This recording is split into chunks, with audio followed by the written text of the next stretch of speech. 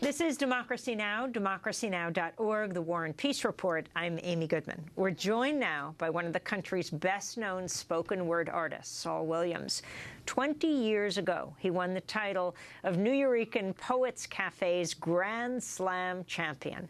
Over the past 2 decades, Saul Williams has forged a career mixing poetry, music, and acting. In 2014, he portrayed Tupac Shakur in the first Broadway hip-hop musical, Holler If You Hear Me. He's just released his 5th album, Martyr, Loser, King. Saul Williams, it's great to have you with us in Democracy Now! Studios. It's a pleasure to be here with you, Amy. Thank you for having me. Martyr, Loser, King. Explain. Yes. Well, I think, you know, it's an obvious play on words. Martyr, loser, king. Martin Luther King would be one of many martyr, loser kings. Martyr as in those who have either been killed because of the, you know, the work that they've done for the upliftment of humanity or what have you, or those who haven't been killed, who give their lives just through service to humanity. Okay, so a martyr is connected to the idea of sacrifice, and those who give their lives or sacrifice the possibilities of wealth or what have you for the sake of humanity. The loser, basically what I'm referencing is the disenfranchised, those who identify as belonging to a disenfranchised group, and you know, not necessarily find pride in that, but can say, yeah, I belong to that group, or, you know, I'm not handsome, I don't have the fancy car, I don't have any of this stuff. You know, according to social standards, I'm a loser, but I'm happy with my life. It is the screen name of a hacker. It's a concept piece. In fact, the title came from me. I was living in Paris at the time, and I heard a French person mispronounce the name of Martin Luther King as Martin Luther King. And I reflected on it and thought, that's kind of brilliant, because there was so much going on in the world. I started working on this, I'd say, around the time of the Arab Spring, and thinking about all of the people that were starting to protest and stand up, followed by the Occupy movement, and just there's been so many protest movements, and you know, that quest for democracy is worldwide. My story is based in Burundi, where there's an ongoing quest for democracy right now. There's another character in my piece who's from Uganda, who's a refugee from the anti-gay laws there. The character's name is Neptune Frost. Another quest for democracy there. I'm American. We know what's going on here. My family lineage is from Haiti. We know what's going on there. There is a global quest for democracy, and I essentially wanted to create a modern parable where I kind of took all these social issues where there's so much to think about and talk about, and kind of dumped them in my drum machine and created this thinly veiled fiction where I could, you know, play with these ideas in the context of these characters and this story surrounding essentially a hacker by the name of Martin Luther King. So, Burundi. Yes. I'd like you to perform it. Sure. It's on Martin Luther King. And talk about why Burundi. Okay. Well, I'll tell you a little bit about it first, because in fact I started working on this song way before what has recently happened in Burundi, since their president Nkurunziza has changed the constitution and is now serving what some would call an illegal 3rd term, and is, of course, you know, suppressing the voice of journalists and of protesters. There's been over 200,000 refugees that have left the country in the past 6 months. There have been hundreds of murders from people speaking up against the government. None of this had gone down when I started writing about it. I started writing about it primarily because my wife is from Rwanda, and so over the years I've learned more and more about the Great Lakes region. Of course, there's lots of interesting things that happen there. One, like 80% of the cobalt and coltan that our technology is dependent on comes from that region.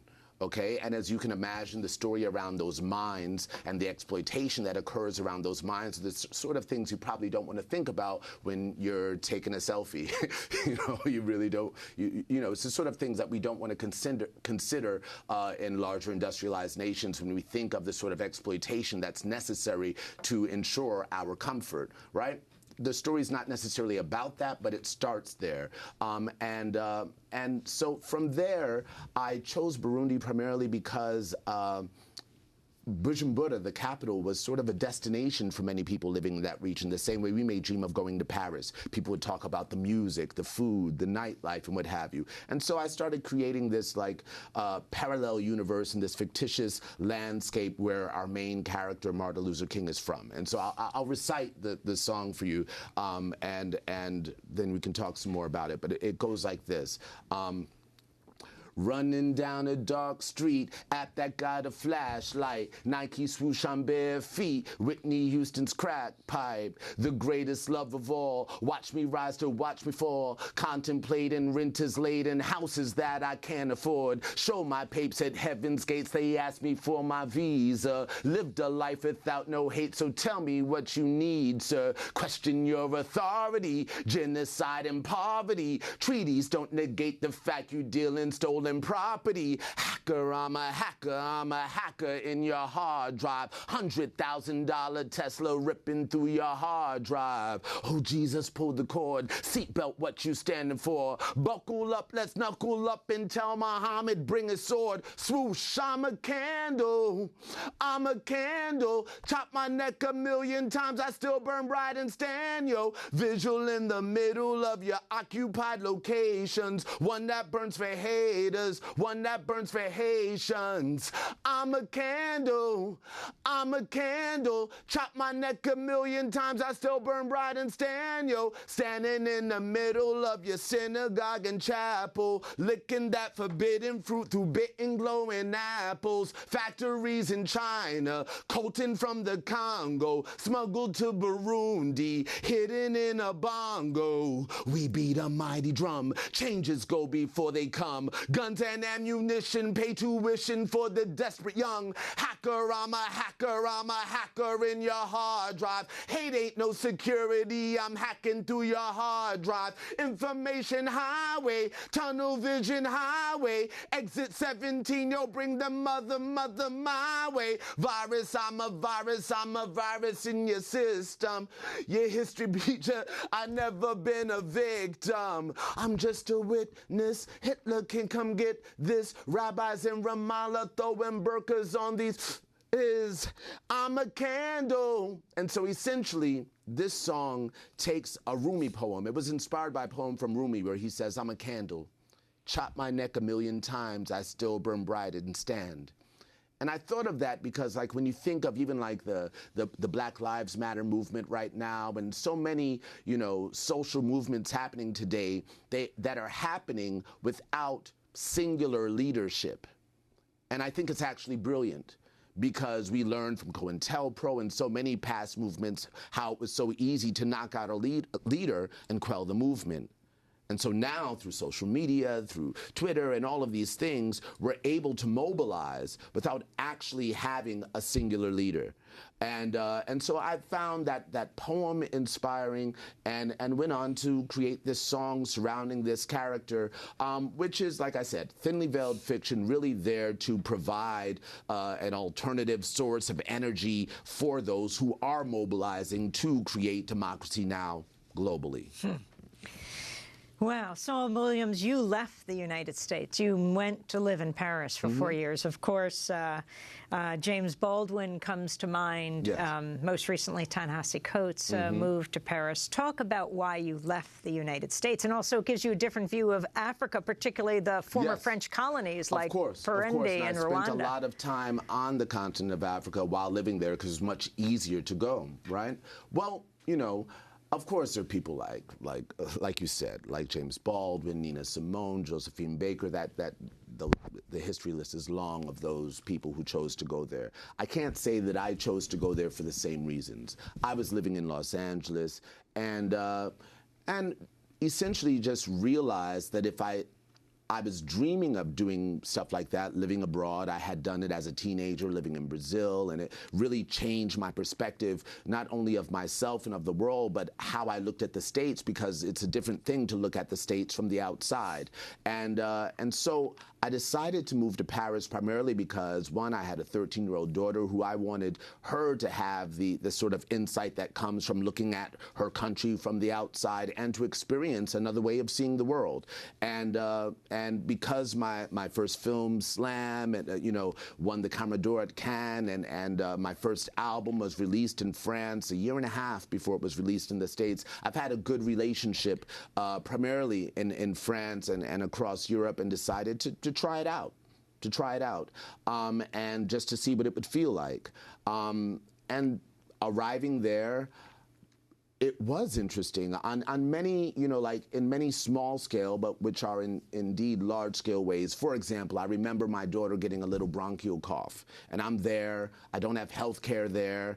And so, there, anyone coughs, they're like, oh, you should go see a doctor. First time they cough. Here, we're like, we wait till we're really sick to go see the doctor. Go see the doctor. Pneumonia is the standard. You're right. Pneumonia is the standard, exactly. But everybody's saying, no, take her to the doctor. So I'm like, okay, oh my God, I know how much I have in my account. I don't know if this is going to be cool. I take her to the doctor. Doctor, sure enough, yeah, there's a little bronchial cough there. He wants to prescribe 5 different things I need to go to the pharmacy across the street to pick up. And then, he's like, and I'm going to have to charge you for this visit. How much is it? Oh, 25 euro. $30.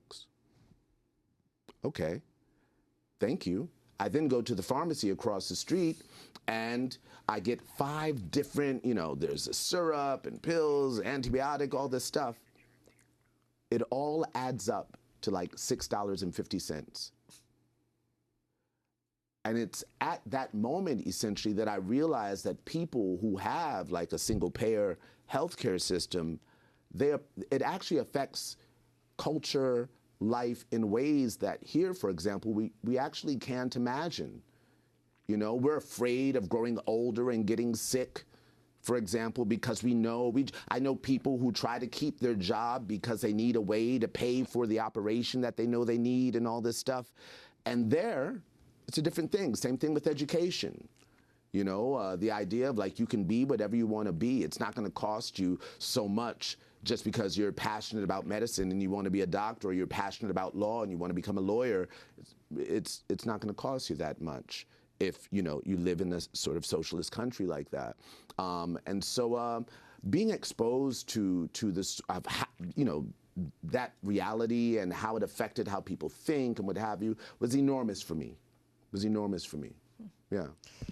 And how did it affect the way that you saw the African countries that you got to visit, being in Paris? Yeah.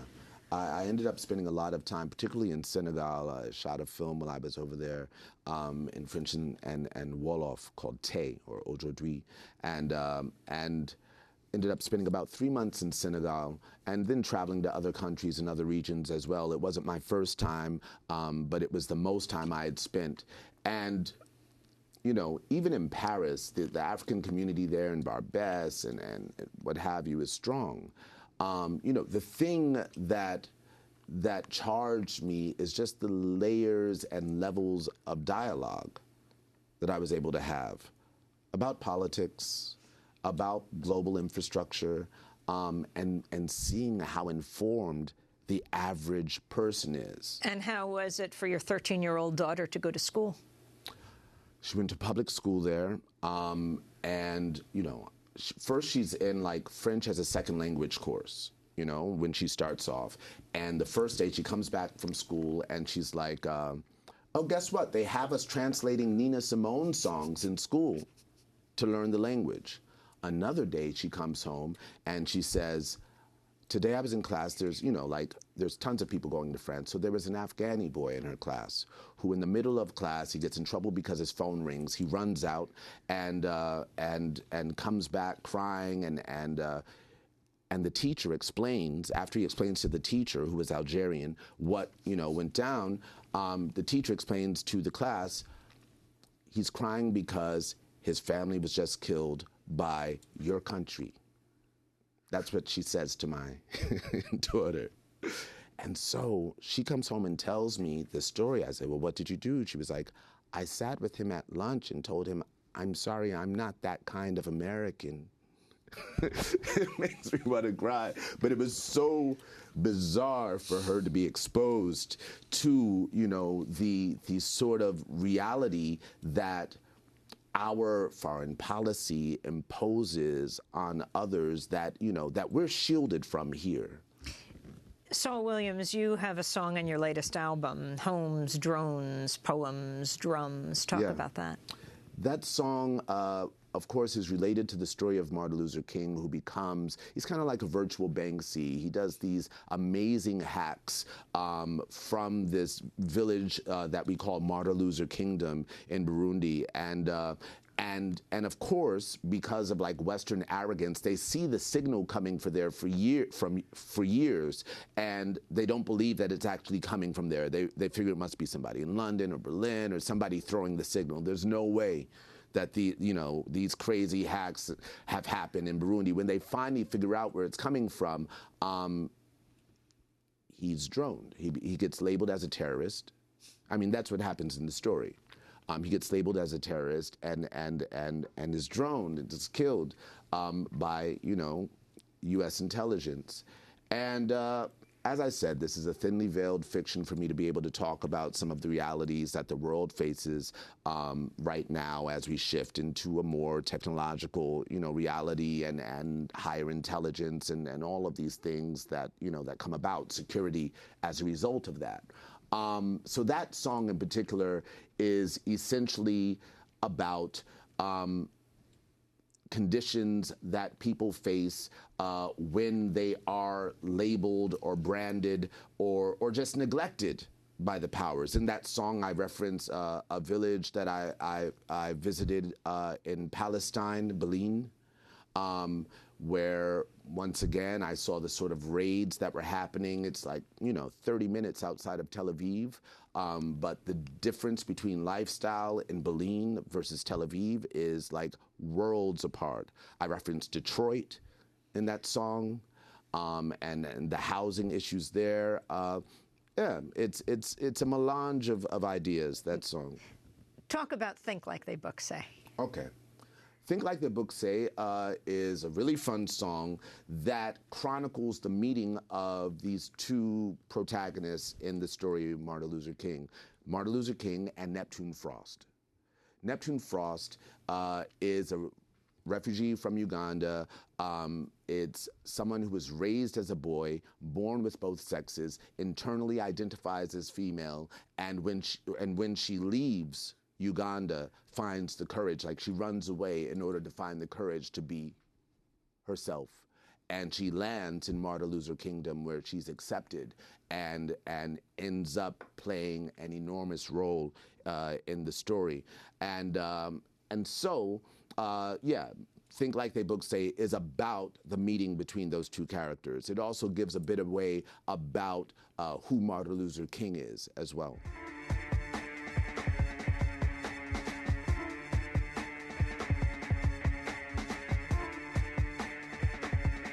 Think Like They Books Say.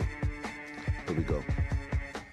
Met this girl on Friday night, Rocky Horror Picture Night, Cuban stogie, karaoke, purple satin bra and tights. That's what I was wearing, she was wearing red and purple light. White smoke had bright hopes, Keith Haring straight ghost. Flow pass and toe pass, we brush hands, I took note. James Baldwin once wrote, love is not remote. Girl, boy, we seek joy, we hurt none, we heart hope.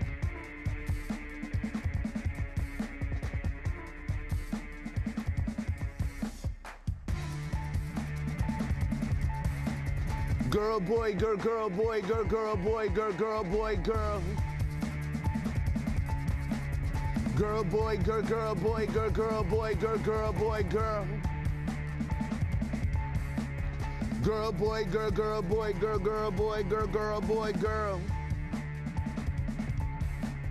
Girl, boy, we seek joy, we hurt none, we heart hope. Hope hollow is fierce, they say. Sase pa ekri, they say. Tudu mundu, neshi mundu, pinchi come over, they say. Think black, them think gay. Think like they book say. Think like they think like they think like they book say. They cannot imagine if they do not see it in a book. Even when they see it, it's a book that tells them how to look. Think white, them think straight. Think like their book say. Think like they think like they think like they book say. Met a girl on Friday and I did not see her in a book. Ain't no Vogue Cosmo that can tell me how she supposed to look. She was once a, he was once a argument against her books. Mommy and her daddy loved her, she became the form she took. Think like they book say, they think like they book say, they think like they think like they think like they book say, think like they book say. Think like they book say, think like they think like they think like they book say. Truth is not a theory that could be presented in any book.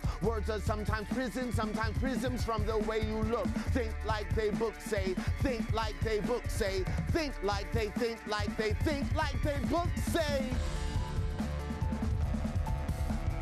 Girl, boy, girl, girl, boy, girl, girl, boy, girl, girl, boy, girl. Girl, boy, girl, girl, boy, girl, girl, boy, girl, girl, boy, girl. Girl, boy, girl, girl, boy, girl, girl, boy, girl, girl, boy, girl. Girl, boy, girl, girl, boy, girl, girl, boy, girl, girl, boy, girl. Voila. Thank you. Think like they books say. Saul Williams is about to go on a world tour with Martin Luther King. In fact, you used to call it Martin Luther Kingdom, the previous tour. Yes. Is that right? Yes. Martin Luther Kingdom is this fictitious village in Central Africa. It's a village that's beside an e-waste camp, which is where all of our old technology goes to die. You know, like we oftentimes buy new computers not because they're dead, but because the new one has come out. And so, in fact, the ships that take out the coltan and cobalt come in with these piles of motherboards and monitors and keyboards. They bring them to places where scavenger culture is strong so that they can, you know, take out the copper and anything that's recyclable or reusable. And so, but there are people in need of shelter. And so what happens is Martin Luther Kingdom is a village made of old computer parts. And that's where the entire story of Martin Luther King takes place, in a village made of old computer parts.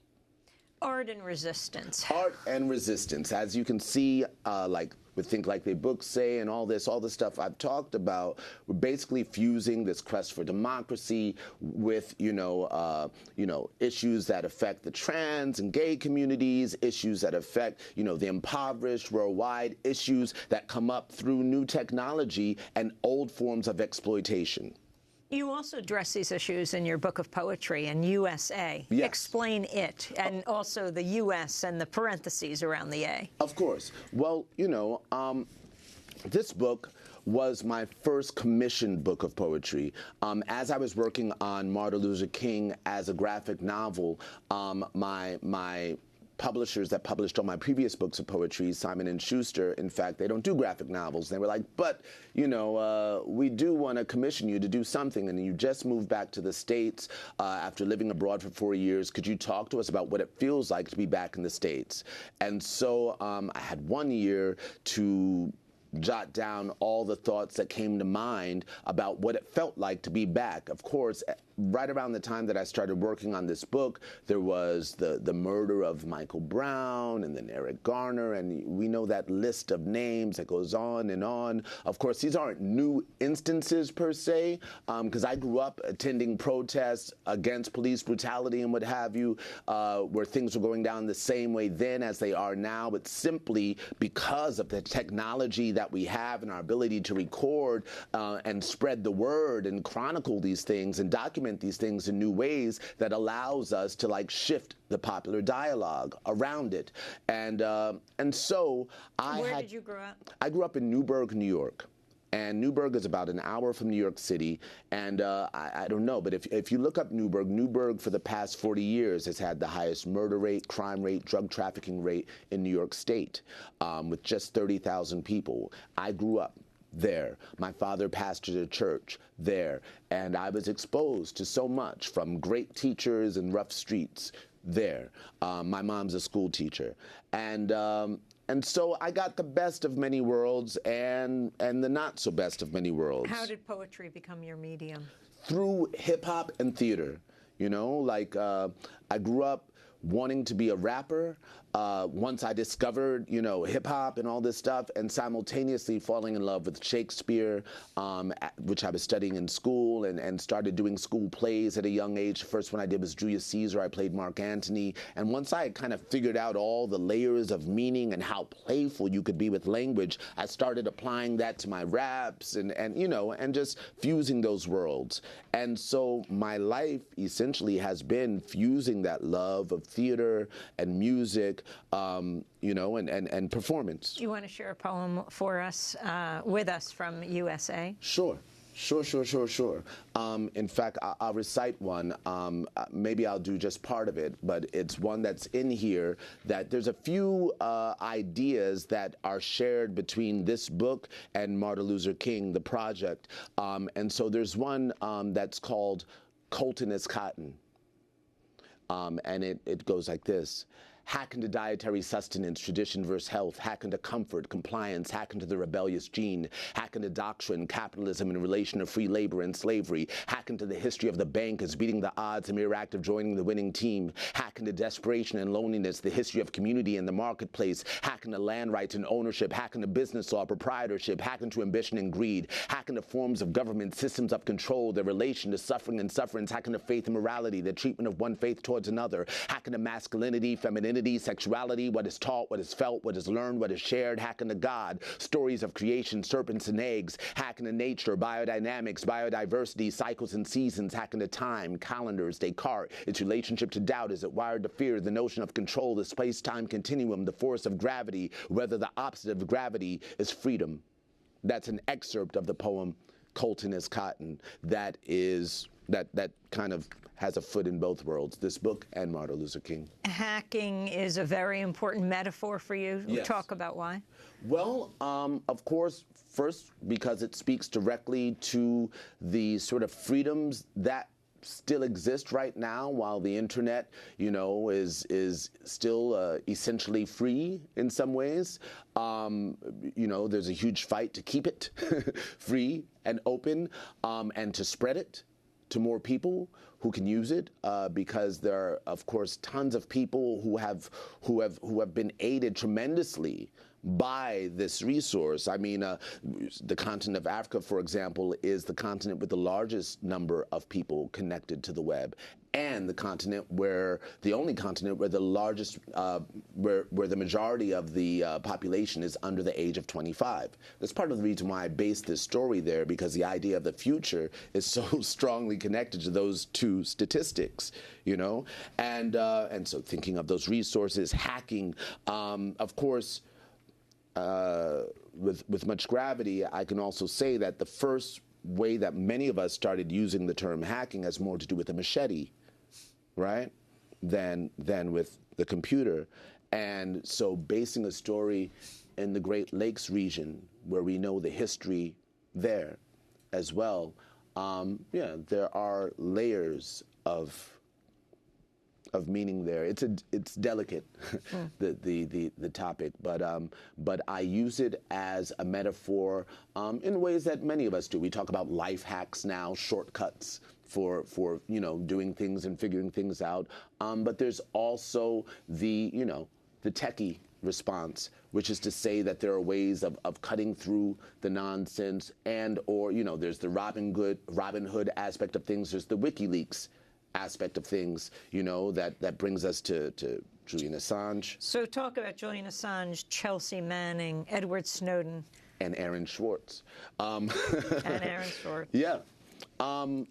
Well, those whistleblowers, I guess is what we'll call them, is also a big part of Martin Luther King, and a huge part of the times and age that we're living in, where we're watching people be persecuted, go into hiding, simply for revealing truths that in fact the governments have gone on and apologized for and changed laws as a result of the exposure of those truths. Politicians speak of an age of transparency, but cower when things actually become transparent, you know, and those who find the courage, who are fed up enough to say, actually, I learned what's going on behind the scenes, and I think everybody should know, end up being punished, right? And so when you look at the case with Julian Assange, and this is not meant to be any sort of, you know, apologist for the sort of things that go on with sexual abuse and what have you, but I think it's also quite clear that if you pay close attention to the case, that what's going on with him and the reason why he's in hiding has more to do with the fact that he knows, and I think he's right, about the fact that Sweden will more than likely extradite him to the U.S., who would want to put him in prison for life for what has been exposed through WikiLeaks. And that has a direct connection to both Chelsea Manning and Edward Snowden. And as we know, what we know post the Patriot Act, what we now know about the sort of surveillance and security measures that our government and many governments have taken illegally, you know, over their citizens, I mean, I'm thankful for that information. I'm thankful for the people who have the courage, you know, because I believe that Edward Snowden probably didn't even expect to be alive. I mean, you know, like what's revealed about his story, I mean, his grandfather was in the FBI, actually. He was in the military. He was an actual patriot who was exposed to information that opened his eyes to like what's really going down. Same with Chelsea Manning, you know, someone who really loved their country and their people, and at some point realized that because of that love of country, it was crucial that they share what they had learned with the actual American people. And we were watching these people be in prison. Chelsea Manning is in prison today, right now. Edward Snowden's in hiding right now. Julian Assange is in the Ecuadorian embassy in London right now. And we, as everyday people, still haven't necessarily figured out how to challenge our governments to say, what are you doing? These people are heroes to us, actually. Now, we're not talking about the Bush years. We're talking about the Obama years. Yes. President Obama's administration has gone after more whistleblowers than all presidents combined. Yep. What is your overall assessment of President Obama? Centrist. Centrist who, you know, exercises this modern sense of diplomacy, which allows him, on one hand, to address certain issues while taking certain issues such as, like, let's say, marriage equality, you know. Now what? It's solitary confinement, you know, some measures in the criminal justice system, slight measures in the criminal justice system, but at the same time, still being seduced by security measures that, you know, circle around overreach. I think that it's, for me, it's that sort of assessment and the reality of what's going on. I mean, think of Guantanamo, the fact that that was something he ran against, and looking at where we are now, looking at Afghanistan, looking at Iraq, looking at ISIS, not looking at Boko Haram, right? What I mean by that is the fact that we pay so much attention there and pay so little attention there, you know? I think that is what makes me certain that we don't need another centrist or right-winger in office, you know? For me, that's what makes me say we need to revolutionize our political system, because the middle road is in fact a conservative road. Bernie Sanders is using the word political revolution. Yes. Your thoughts on him? He's who I'm referencing. I think that he is the smartest choice and the most integral candidate that perhaps I've seen in my lifetime. You know, it's not to say that anyone is perfect or what have you, but looking at his record, which does not involve a lot of flip-flopping and ideas or adjusting positions in order to appease, you know, citizenry or corporations, but really focused on what he has always felt, and those things being aligned with what I see as being true and just and for the best. I think he's already shifted the dialogue during the election to an amazing place. And I also think if we're true to ourselves and we pay attention to the youth of this country, that we see quite clearly that the youth, they get it. They see what that could mean to them, I mean, just in terms of, as we referenced before, healthcare and education, what that can do to a culture that is supposed to, you know, be about freedom. We're told that we're free. We learn through the whistleblowers how free we are not. I think Bernie Sanders he's definitely my choice, and I actually think he's the most revolutionary and the best choice for America right now. Yeah. Saul Williams, I'm looking at a picture of your mother. Yeah. You know, I grew up hearing about that picture for years. My mom and dad, both activists throughout my entire lifetime.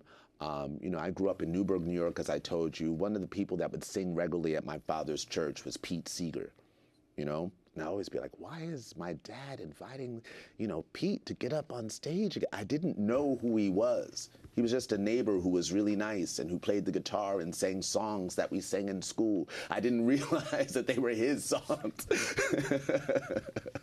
you know? But I grew up with people like that.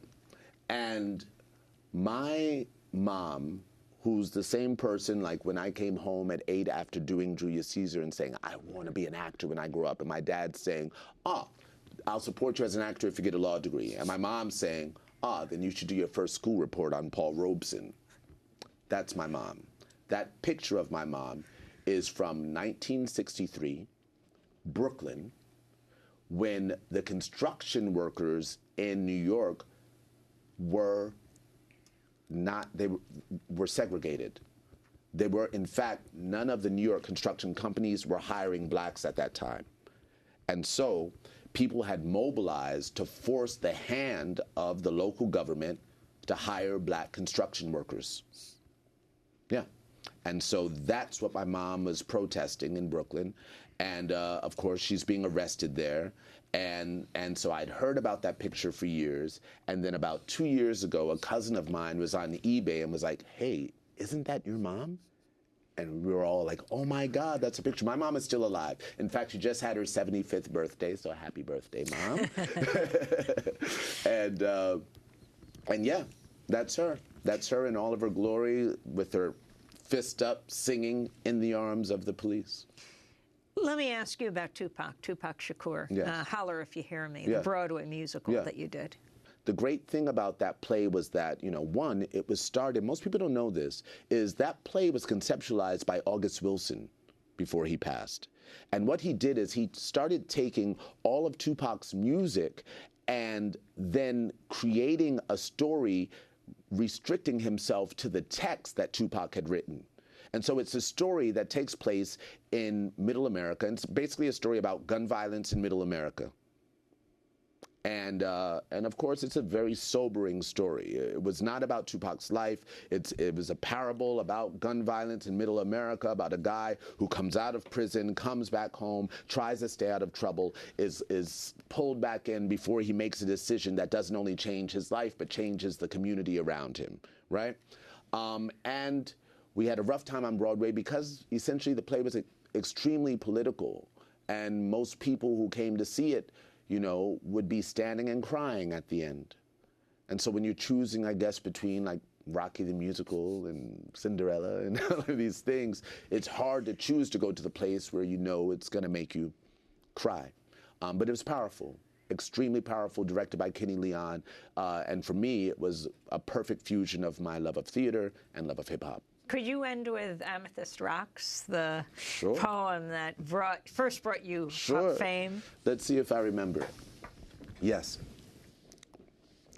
I stand on the corner of the block slinging amethyst rocks, drinking 40s of Mother Earth's private nectar stock, dodging cops cause 50 be the 666 and I need to fix that purple rain, the type of stuff that drives membranes insane. Oh yeah, I'm in the fast lane, snorting candy yams that free my body and soul and send me like Shazam. Never question who I am, God knows, and I know God personally. In fact, he lets me call him me. I be one with rain and stars and things, with dancing feet and watermelon wings. I brings the sunshine and the moon, and the wind blows my tune. Meanwhile, I spoon powdered drum beats into plastic bags, selling kilos of kente skag, taking drags off of collards and cornbread, freebasing through saxophones and flutes like mad. The high notes make me space float. I be exhaling in rings that circle Saturn, leaving stains in my veins and astrological patterns. Yeah, I'm serious, B. Doggone people plotted it lovely, but the feds has also plotted me. They're trying to imprison my astrology, put my stars behind bars, my stars in stripes, using blood-splattered banners as nationalist kites. But I control the wind, that's why they call it the hawk. I am Horus, son of Isis, worshipped as Jesus, resurrected like Lazarus. But you can call me lazy. Yeah, I'm lazy because I'd rather sit and build and work a plow and field, worshipping a daily yield of cash, green crops. Yeah, evolution stopped the evolution of your technology. A society of automatic tellers and money machines. What? My culture is lima beans and tambourines, dreams, manifest, dreams real, not consistent with rationale. I dance for no reason, for reason you can't dance. Caught in the inactiveness of intellectualized circumstance. You can't learn my steps until you unlearn your thoughts. Spirit, soul can't be store-bought. Forget thought leads to naught, simply state it leads to you trying to figure me out. Your intellect is figuring your soul, your being's not whole. Check your flagpole, stars and stripes. Your astrology's imprisoned by a concept of white or self. What's your plan for spiritual health? Calling reality unreal, your line of thought is tangled. The star-spangled got your soul mangled. Your being's angled, forbidding you to be real and feel. You can't find truth with an axe or a drill in a White House on a hill, or in factories or plants made of steel. Stealing us was the smartest thing you ever did. Too bad you don't teach the truth to your kids. My influence on you is the reflection you see when you look into your minstrel mirror and talk about your culture. Your existence is that of a schizophrenic vulture who thinks he has enough life in him to prey on the dead, not realizing that the dead ain't dead and that he ain't got enough spirituality to know how to pray. Yeah, it's no repentance. You're bound to live an infinite, consecutive, executive life sentence. So while you're out busy serving time, I'll be in sync with the moon while you run from the sun. Life of the womb reflected by guns. Worshipper of moons, I am the sun, and I am public enemy number one. 1111111. Yes, Saul Williams here on Democracy Now! So you first performed that at Nuyorican Poets Cafe? I first performed that poem at the Brooklyn Moon Cafe in Fort Greene, Brooklyn, and then brought it to the Nuyorican Cafe where I did my first slam in 1996. I didn't even know what a slam was. A slam is a competitive poetry reading, for those who don't know. And I showed up there with one poem. In fact, the first time I went, I only had 3 poems, which was cool because that's all you needed to compete. And yes, and it's the 20-year anniversary of that Grand Slam championship. And what kind of response did you get to that? What did people say? How did people come up to you? Well, what I remember is seeing people crying as I was reciting it. You know, at this point, this is early in the, you know, the spoken word slam poetry movement, but there's always been movements of poetry. But what I had been encountering was people, I guess, reading poems from books, and there was, I think what I was bringing was essentially a way in which poetry had been informed by the technology, which is hip hop and all this stuff. And so I saw people kind of like, and crying. And what saddens me about that poem, which I wrote 20 years ago, is how relevant it is today.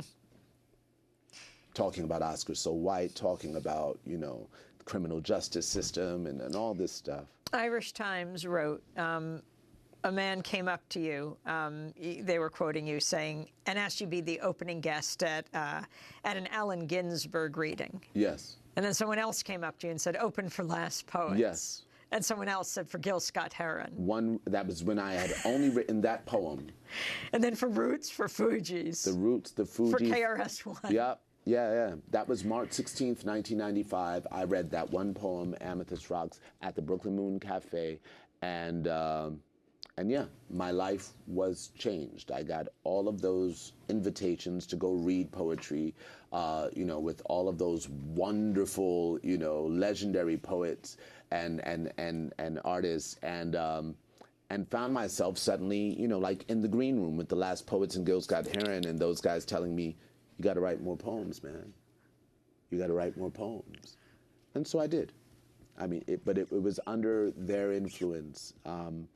Yeah, life is funny that way. I was in grad school for acting at the time, and if I had it my way, I was just trying to be the next Denzel Washington or something like that.